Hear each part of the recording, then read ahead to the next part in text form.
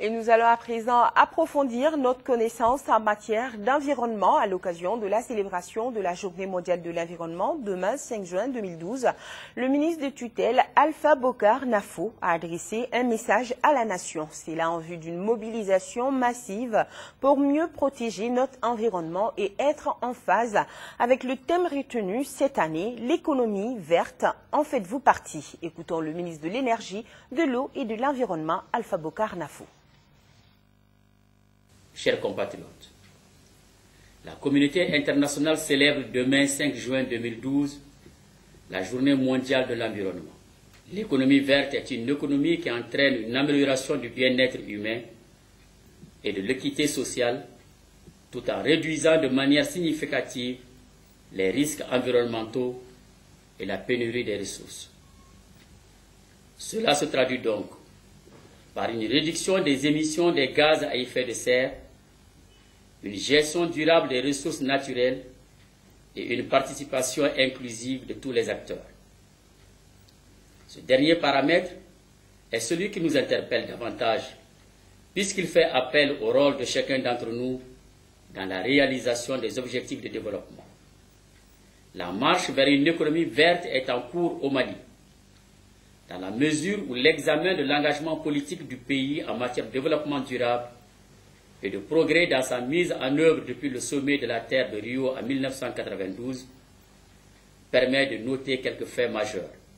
La création de l'Agence de l'environnement et du développement durable au sein du ministère chargé de l'environnement. La création nationale de l'environnement. Chers compatriotes, il faudra investir massivement dans les secteurs les plus vulnérables, parmi lesquels l'agriculture à travers une meilleure gestion des sols, des ressources en eau, l'accès des agriculteurs aux semences améliorées et aux informations climatiques.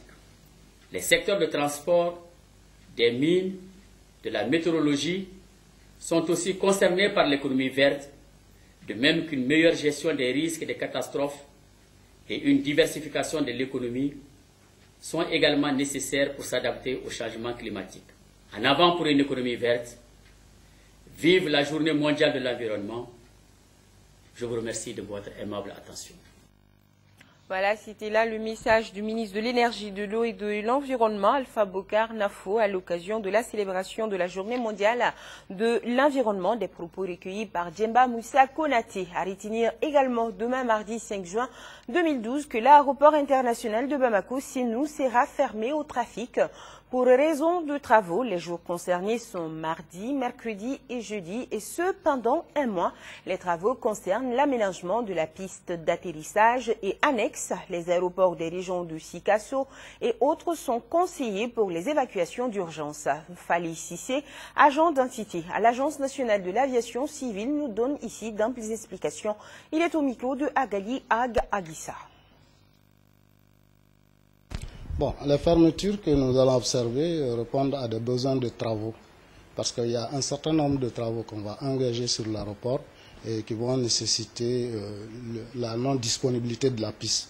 Les travaux concernent la réhabilitation de la piste, c'est-à-dire qu'il y aura des travaux pour reprendre certaines parties de la piste, puisque la piste est très vieille, elle est de 1974, et il y aura d'autres travaux pour mettre une nouvelle couche de béton bitumineux sur l'ensemble des 3200 réalisés.